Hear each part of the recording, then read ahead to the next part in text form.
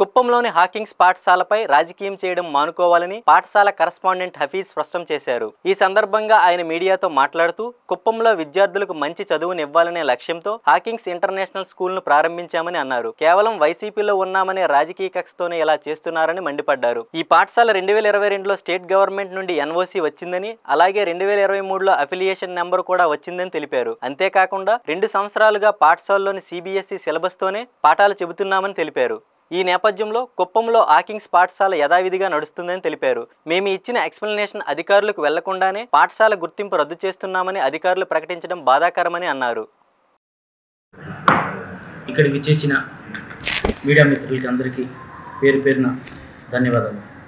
Hawking school అనేది 2019లో start చేసింది.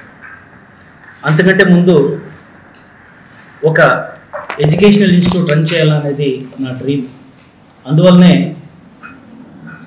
మూతబడిన ఒక టైలర్ హై స్కూల్ని కూడా రీస్టార్ట్ చేసి 7 సంవత్సరాల ఆ స్కూల్ సక్సెస్ఫుల్గా రన్ చేసి ఒక ఇంటర్నేషనల్ స్టాండర్డ్స్తో మంచి ఇన్ఫ్రాస్ట్రక్చర్తో ఒక సిబిఎస్ఈ ఎడ్యుకేషన్ ఇవ్వాలా అని చెప్పి ఈ స్కూల్ స్టార్ట్ చేయడం 2019లో జరిగింది.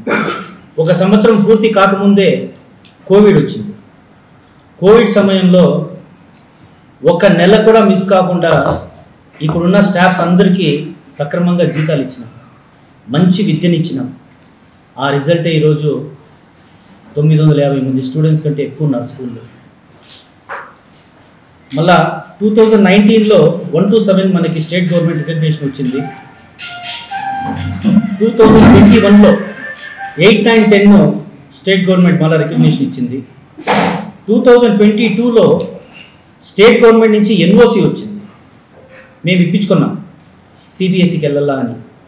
స్టేట్ గవర్నమెంటే ఎన్ఓసి ఇచ్చింది 2022లో. 2023లో సిబిఎస్ఈ అఫిలియేషన్ వచ్చింది. Affiliation number 130722. ఇది గూగుల్లో కూడా ఎవరైనా చెక్ చేసుకోవచ్చు. This is Hawking school is affiliated to CBSE new Delhi.